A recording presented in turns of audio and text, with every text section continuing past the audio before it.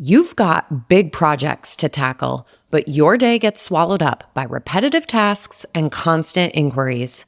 It's hard to make progress when you're stuck putting out fires. That's where Element 451's AI assistants come in.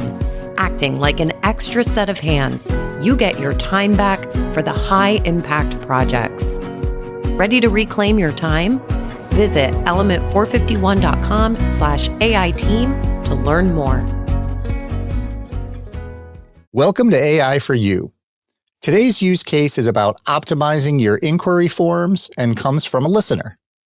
Nicole Burney is the International Reputation Manager at Università Cattolica del Sacro Cuore in Europe, and I apologize for my pronunciation.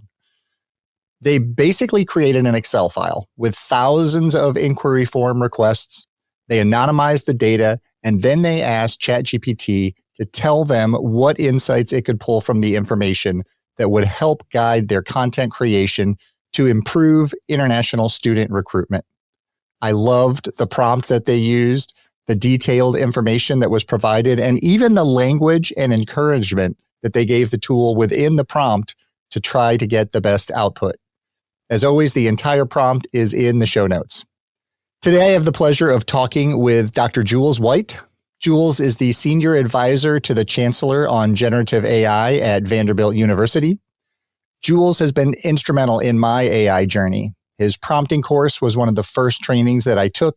His leadership and guidance has been instrumental in informing how I built our Marcom AI committee at the University of Rochester. And the work that they're doing at Vanderbilt is just an excellent framework for how any school should think about integrating AI across their entire digital landscape. Let's get into the conversation.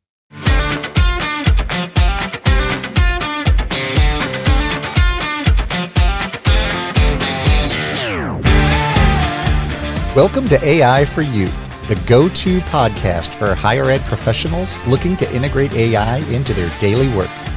I'm your host, Brian Piper, the Director of Content Strategy and Assessment at the University of Rochester. Join me every other Thursday for practical uses of AI within higher education communications, marketing, and student engagement. We'll focus on ways to quickly integrate AI into your teams to increase your efficiency and effectiveness and help you optimize your workflows and processes. I'll interview experts and feature relevant use cases with the goal that every episode gives you at least one thing you can take away and start leveraging in your job today. AI for You is a part of the Enrollify network, a robust collection of podcasts designed to help higher education professionals like you grow. Explore our other shows at enrollify.org. Enrollify is made possible by Element 451, the next generation AI student engagement platform helping institutions create meaningful and personalized interactions with students. Learn more at element451.com.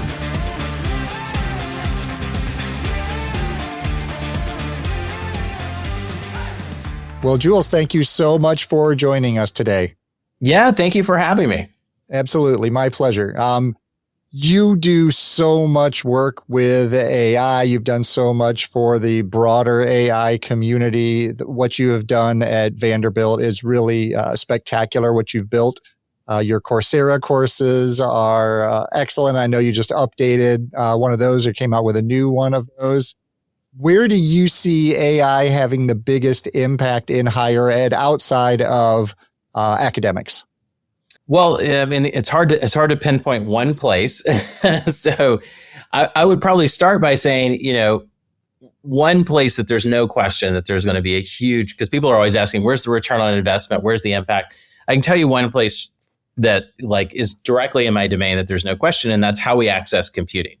So we think of going and using a GUI, in some program that we've got as being our access to computing. And then we go to another program and we use that program and it gives us some access and another one. And so we have all these little software applications that we are working with.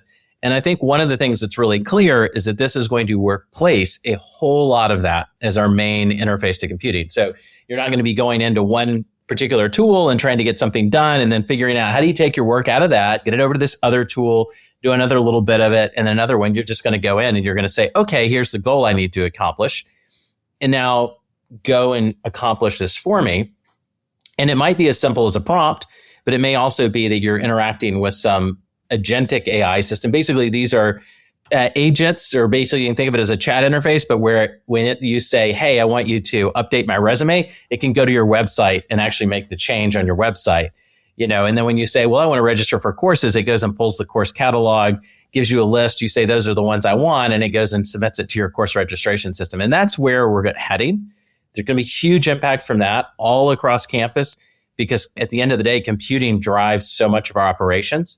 And then I think the other place is that it's really going to change things. Is like, there's that scene in The Matrix where Trinity walks up, they need to escape, there's a helicopter, and they're like, how do I fly it? And they download like the program into Trinity's head, and suddenly she can fly this helicopter.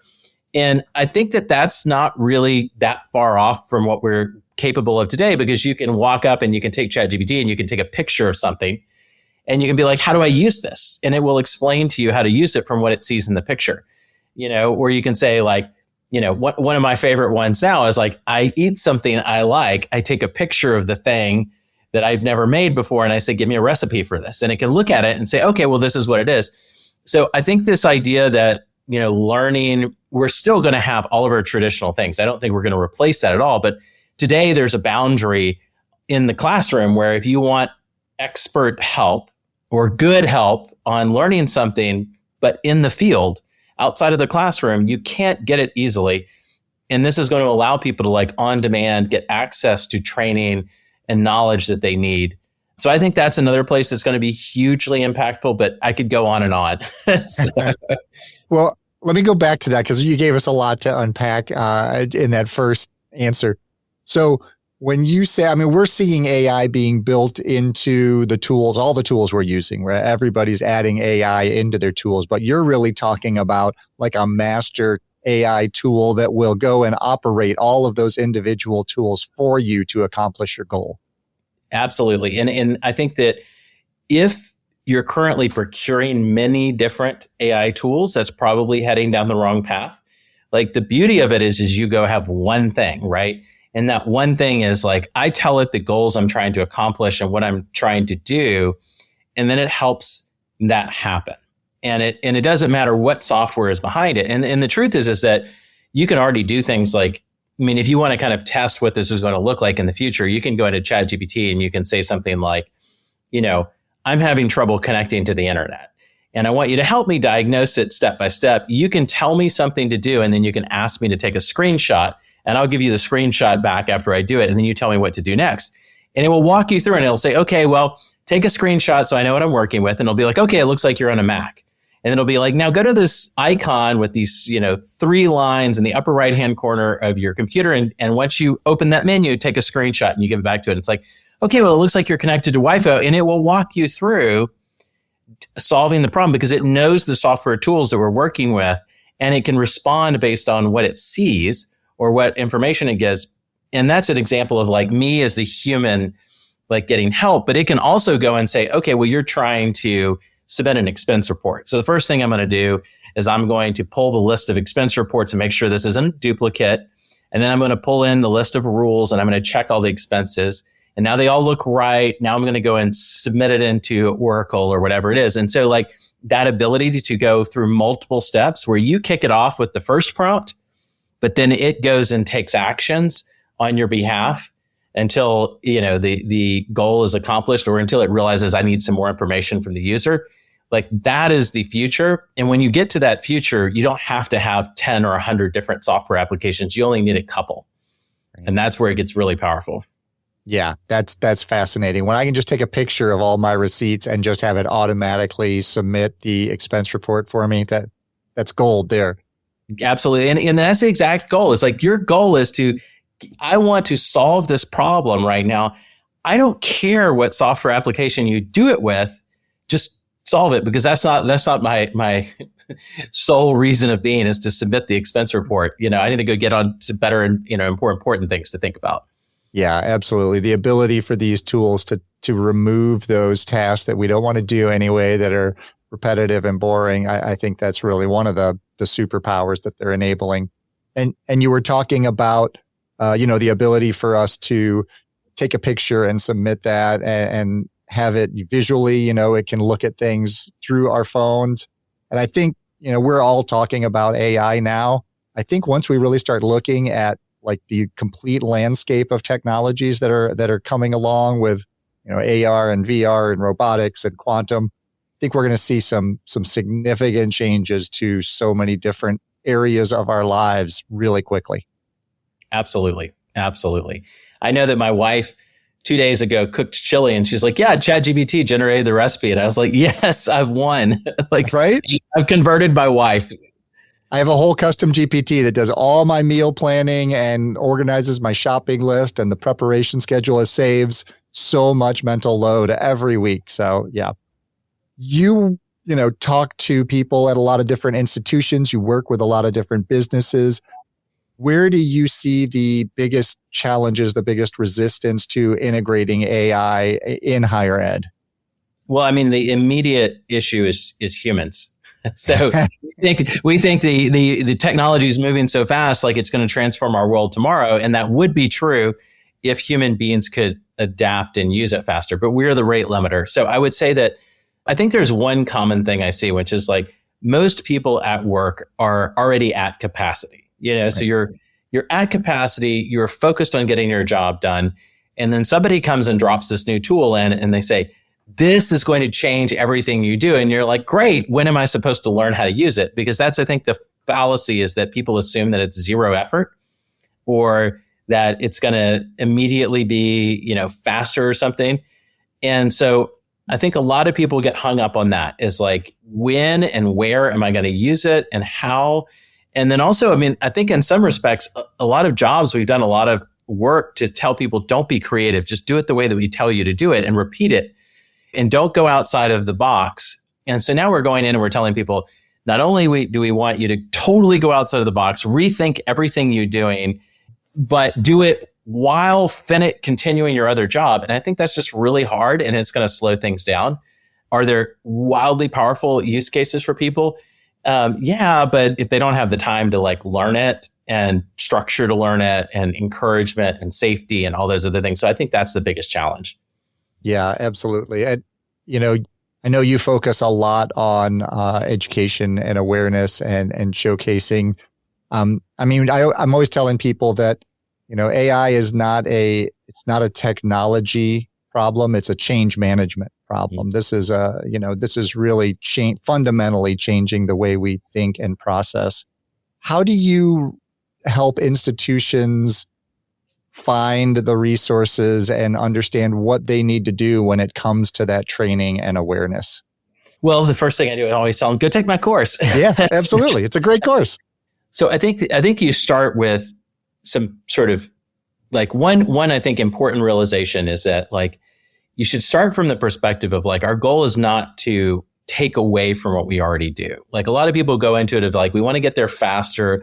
We want to be more efficient. We want to lower costs. All that's great, but I think you should start with, this enables things that were previously impossible. So let's take the things that enables that were previously impossible, and let's think how we grow based on those things. So I think focusing on growth is really important because it changes what you try to do. Like, if you're constantly trying to replace something, then you create all this anxiety around people. Maybe they're trying to replace me. I say, go try to grow in some way, do something you couldn't do before, do something that you're currently doing, but do it better as opposed to just being faster. And that kind of leads to this, I don't know. I don't like the whole, let's save this many minutes a day, or let's try to reduce costs.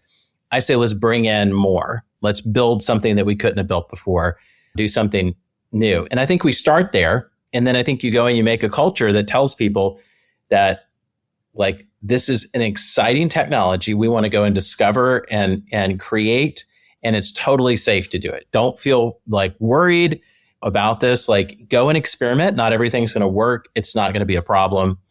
And then I think you have to start there because you've got to have the culture of like looking at it from the right perspective. You got to have the culture of nothing's going to happen and we want you to experiment and really make that clear. And then I think you do the next step, which is you have to create space for somebody to experiment. So if you want somebody to experiment, like just go home and figure it out, I don't think is a fair assessment. But like, spend Friday for a couple, weeks putting work in, or half of Friday, or a few hours a day, or whatever it is. I mean, you're going to have to invest in your people. And I think that that's also, as an institution, a sign that you care about it, that it's safe, that we're going to invest in you by giving you time to go do it. And then I think the other thing is as people go and develop the interesting use cases and do exciting things, you need to showcase internally and celebrate what people are doing. And I don't think, as much as as a computer scientist, as much as I hate to say it, like just making it some big technical, challenging AI, like it's this thing like that, I don't think helps anybody going and getting like a bunch of really complex AI lectures. I don't think helps an organization. But what I think does help is like, let's go do things that are concrete, valuable, bring joy to people, and then let's show them to everybody else. And I think that's the starting point. And then you can go get classes like mine or along the way. But I think you have to have those nuts and bolts in place first. Yeah, that culture shift, I think, is so important. And I really love the way you prioritize improving effectiveness over improving efficiency. Obviously, AI can help incredibly with both of those, but people don't always just want to, save time, and employers don't always just want you to, save those minutes, but really coming up with better ways to do things and different ways to do things. And like your Coursera course on prompt engineering, I took that probably a year and a half ago, and that was one of my best entries into AI to really kind of understand like better ways to talk to these tools. And I know you have several other Coursera courses out there as well. What do you recommend to people like as a path to start moving forward with the technology? Well, yeah, I would start with, like if I'm thinking in my courses, I'd start with my prompt engineering course, because I think it's very like direct and practical. Like you will be able to do things, and you'll be able to do things beyond the basics. So that's what I always think is like, if I can deliver something to somebody that they can go off and immediately apply themselves. And I think along the way, you will learn to understand how they work and what they can and cannot do and all the pitfalls, but you'll immediately become like wildly powerful. Because I think you get a couple things and you can take those couple things and you run. One of the ones that I learned was when somebody in investment banking, she's a Vanderbilt alumni, and she said, look, we want to put in deal documents and we want to say, act as a skeptic, identify our assumptions and challenge them. And then we want our teams to do that over and over. And that one thing, if that was all it did, would be wildly valuable, because now I can put my slides in and say, like, challenge it before I go and present it. My assignment, challenge it. And suddenly it's something that I can get feedback on anything I'm doing. And so learning incremental patterns and things like that, I think becomes very valuable. The other ones I think people will get really excited about are the ChatGPT Advanced Data Analysis. And it's like this crazy title. And all it really is like ChatGPT can automate stuff for you. I don't know why it's called Advanced Data Analysis. Yeah, it could do that. But like, you can also upload a zip file of PDFs and be like, read them and organize them into folders, right? Yeah. So many things you can do with it. GPTs. So I have a class on custom GPTs, kind of building your own bots. And then the ones that I'm really excited about right now, like personally, because I'm using them a lot, I just did a class on ChatGPT plus Zapier. Zapier is like the automation platform for all of your email and stuff like that. And that is just wildly powerful and exciting from a personal perspective of like, I've gone in and done things that just radically reshaped how I do things in terms of like email, or being able to go and analyze images, or tracking expenses, all these types of things. I'm going to have a course coming up on email soon. That's like my favorite. It's like basically create your own email assistant that you feel totally confident in and does it exactly the way you want it to do. I feel like the Chancellor at Vanderbilt probably, well, actually, I know he does check his own email, but let's say the president, right? So I'm assuming the president, again, didn't get up in the morning and check emails from everybody across the country. Somebody hands him a briefing, right? And Biden reads his briefing. He's like, okay, this is what I'm going to do. And you can actually do that for yourself if you have the right tools. So that's my next class, is all about doing that. Yeah, the Zapier course is top of my list right now. And I know the advanced data analytics course. I mean, the first time I went back and did one of our content audits after taking that course, I did 3 months worth of work in 1 week. And blew my mind that, and we would have just not done that work previously because it was too time consuming to do. Yeah. So, hi there, it's Brian Piper. Element 451 is hosting the AI Engage Summit on October 29th and 30th. This free virtual event features many of your favorite Enrollify creators and will explore AI's impact on student engagement, enrollment marketing, and institutional success. Learn how to tap into the power of AI to turn data into actionable insights, utilize predictive analytics, and monitor and support student performance. Plus, hear directly from current students on how AI is influencing their engagement and campus life. Don't miss my session using content, AI, and data to engage with students on October 30th from 3 to 4. The AI Engage Summit is your guide to understanding and applying AI at your school. Registration is free. Visit element451.com to save your spot. Now back to the show. What advice do you have for leaders in organizations that know they need to get started on AI, but don't want to put down an edict to everyone that they have to start using these tools? What advice do you have for them to get started with this?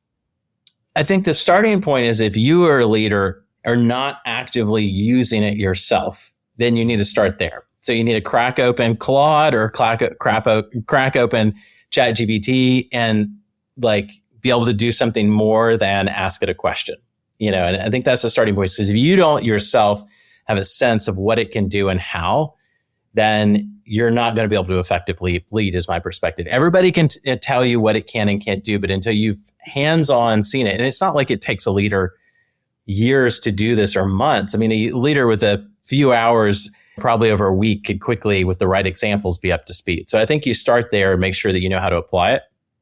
I think a great place to start for leaders is looking at it to help aid in decision making and analyze potential perspectives on a decision. So give me 3 ways to solve this problem. Look at this plan and tell me 4 things that might be ambiguous about our plan that we should discuss.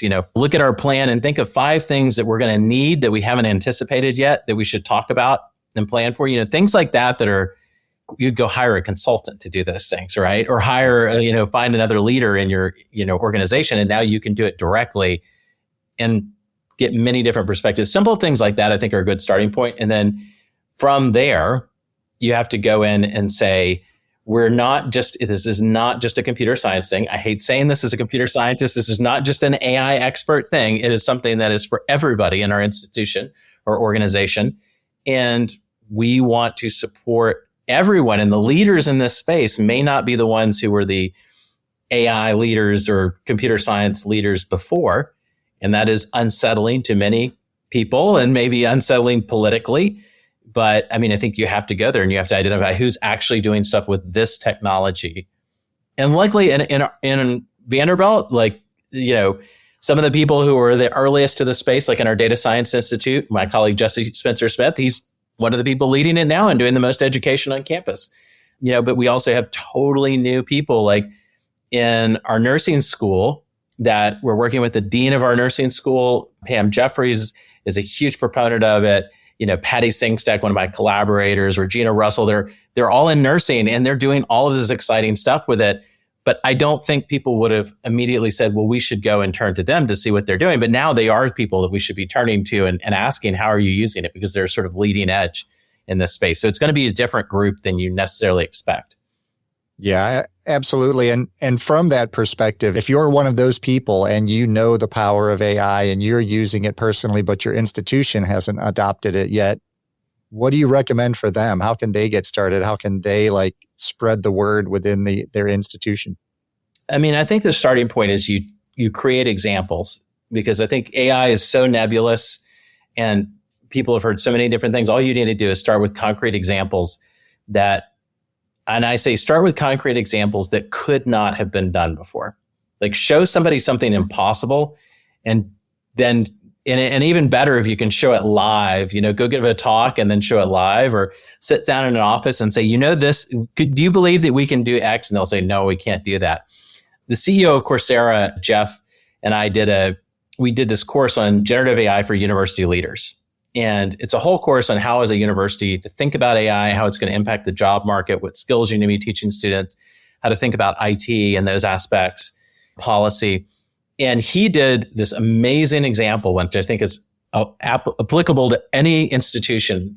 And so he built this exercise where you go into generative AI and you use it to help you reimagine what your degree programs will look like after generative AI is integrated into them. Like, what needs to change in our degree programs because of generative AI? And it starts analyzing your own degree programs. And it's such an amazing sort of magical exercise when you do it. And he's got the whole thing in the course. It's one of the exercises in our course that we did together. And then he leads people through it live. And that's something that a university administrator doesn't think that AI can do, which is like reimagine the trajectory of the university and its degree programs. And you see it and it gets exciting. So I think you take examples like that, and that's how you get people excited. Yeah, that's such a brilliant use case. You've seen a lot of brilliant use cases, I'm sure. What are some of the ones that stick out the most to you? I think one of the ones that's just so simple and I think is so powerful is just seeing many different perspectives on something. And so like, I think as human beings, we have a hard time either thinking outside the box or seeing somebody else's perspective or seeing alternative, interpretations.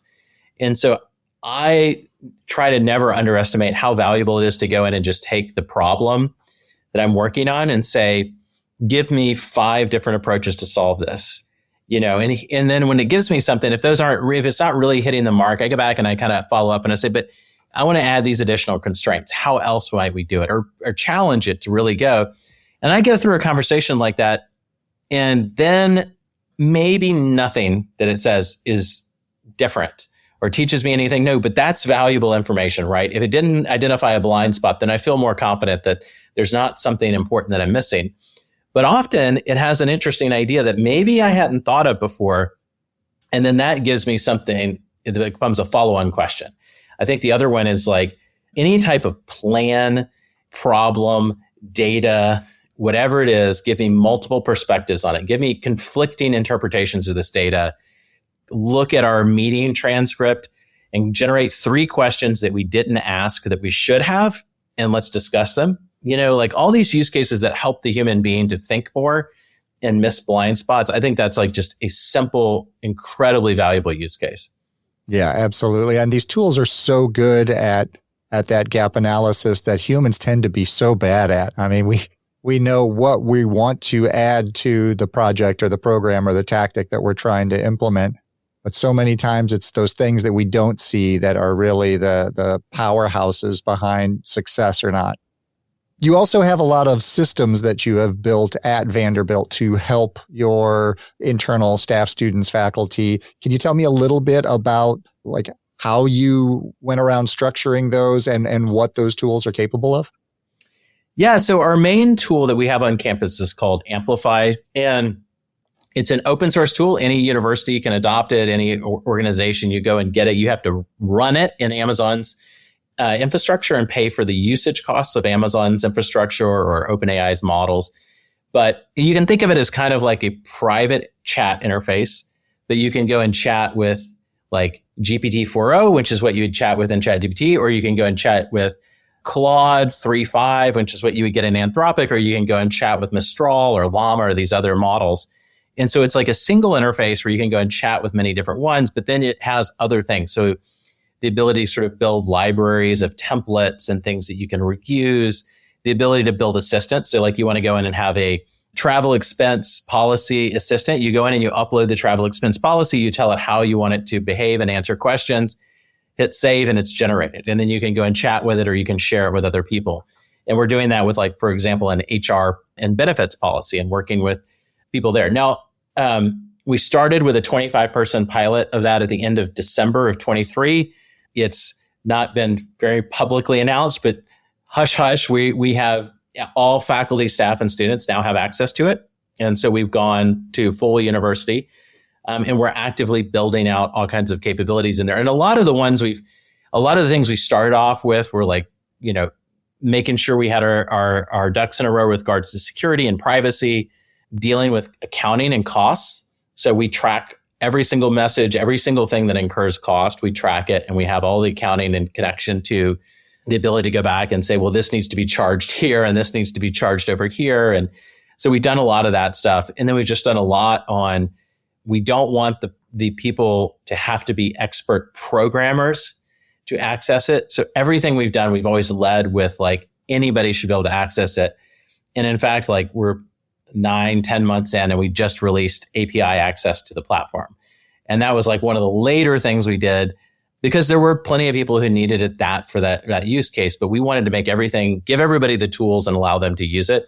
And then we're working with different groups on campus for specific use cases, around the endowment. We've done proof of concepts for alumni relations. HR has been a big supporter, faculty affairs. We're trying to work with whoever on campus is excited to go and tackle problems with it. Yeah, that's an amazing system resource for all your alumni, students, faculty to have at their disposal.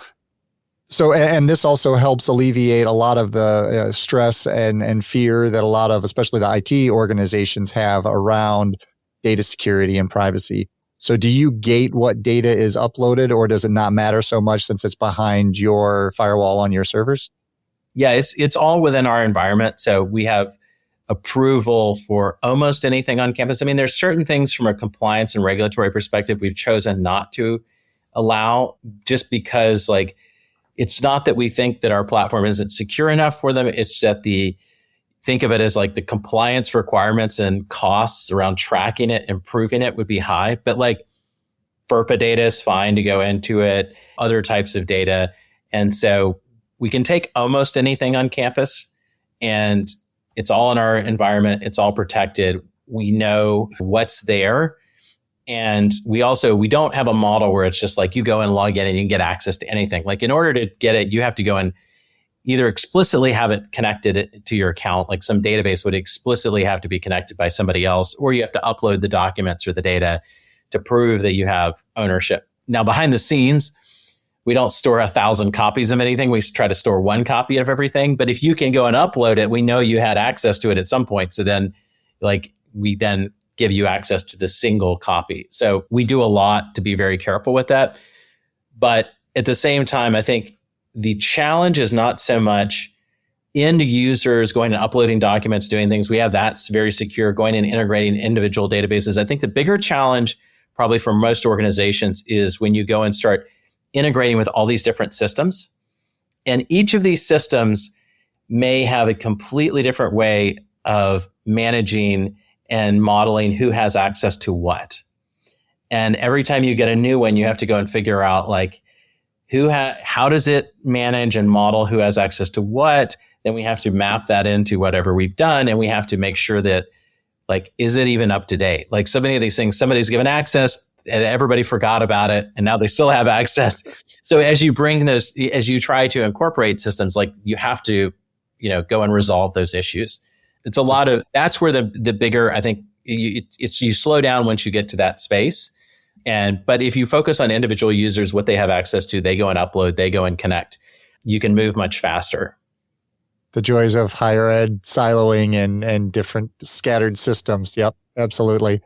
And then, so does your platform also allow for like shared custom GPTs between different groups? It does. So you can go and create one and then you can share it, across the institution. We have some purposeful sort of limits that we've put on like sharing, like right now to share it with a big group of people, you have to go and type in all their email addresses. And this is partially by design because we wanted, while we were figuring out now before we were university wide and the sort of the costing hadn't been fully figured out, we wanted to kind of limit how widely and quickly things spread. Now that we know the counting models and things, you can go in and share much wider. And we're basically going to have a couple of feature updates very soon that will allow the easy integration of those into basically like internal university websites or sharing with very large groups based on our Active Directory, things like that. Well, one of the questions I always finish off with is, how are you using these tools to make your own work and your own processes the most effective? What have you found that's saved you the most time or made you more capable as in your jobs? Well, the one that I'm most excited about right now, it changes day to day, but the one I'm most excited about right now is like email. I always thought is such an amazing thing. I can fire off an email to anyone at any time. It's so amazing. And then I go and I look at my inbox and I think, what am I missing in here that I do, like need to know about? And like that anxiety of and I have to give credit to this idea to Shane Callahan. He's our CIO now. Before he was the Chief Information Security Officer. And one day we were having lunch and he told me, I wish I just had a dashboard that said, here's everything you need to know about Shane that's taking place on the university. He's like, because so much is going on from a security perspective every day. And it's in emails and it's in messages. And I just want one picture. And once I started like looking into Generative AI, that idea that Shane had really stuck with me of like, I want my life dashboard, right? And most of my life is in email. So let me start there. And so I built a generative AI sort of tool for myself that I can stick emails into a folder and then they go and all get read by ChatGPT and action items get extracted and put into a spreadsheet for myself. And then expenses get extracted. Whatever I want to be extracted, I can go and add in. But it's like the basic ones like to-dos with dates, expenses, people I need to follow up with, when they emailed me. And then every morning I get an email that's like, this is your personal prioritized briefing. And I think of it as a briefing. And I feel like the president, right? Because it's like, this is what you need to know about today. And I can go in and I can tell it in natural language, like, this is what I care about. This is how I want you to sort it for me. And I would never have been able to hire somebody to do that for me. I also would never have given anybody access to my full email because it's like, I don't know. I can't control what somebody else emails me and whether or not I want that to be read by a human being.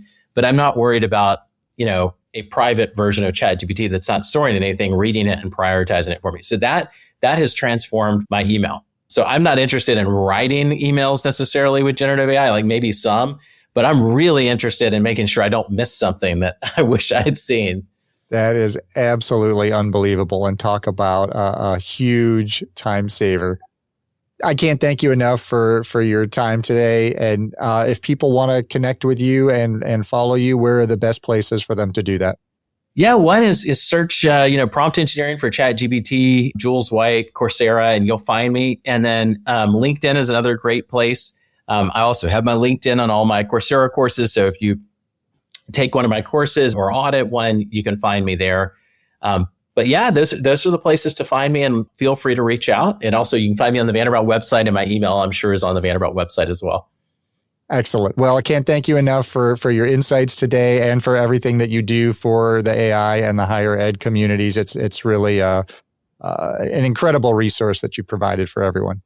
Well, thank you so much for having me. And it's so much fun to talk about. I think it's early days. I think that's what people still don't understand is you're not late to the game if you're starting now. Like you're at the beginning of like, who knows what all we're going to be able to do.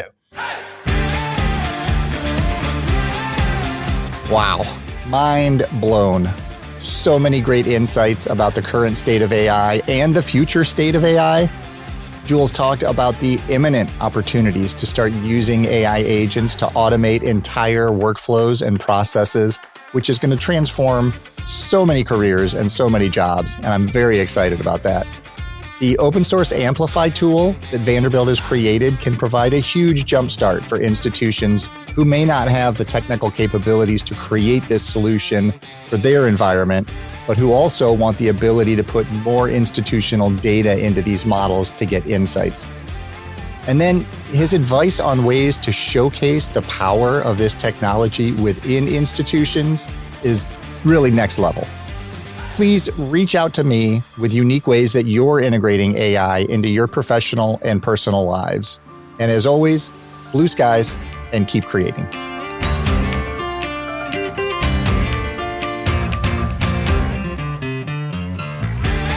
Thank you for listening to another episode of AI for You. I hope you found at least one useful thing you can take away and start adding to your workflows and processes today. Remember, the key to making the most of AI is to keep experimenting, keep learning, and of course, keep creating. AI for You is a part of the Enrollify podcast network. If you like this podcast, chances are you'll like other Enrollify shows too. Our podcast network is growing by the month, and we've got a plethora of marketing, enrollment, and higher ed technology shows that are jam-packed with stories, ideas, and frameworks, all designed to empower you to become a better higher ed professional. Our shows help higher ed professionals find their next big idea and feature a selection of the industry's best as your hosts. Learn from Artis Kadu, Day Kibbles, Shane Baglini, and so many other of your favorite leaders in higher ed. Enrollify is made possible by Element 451, the next generation AI student engagement platform, helping institutions create meaningful and personalized interactions with students. Learn more at element451.com.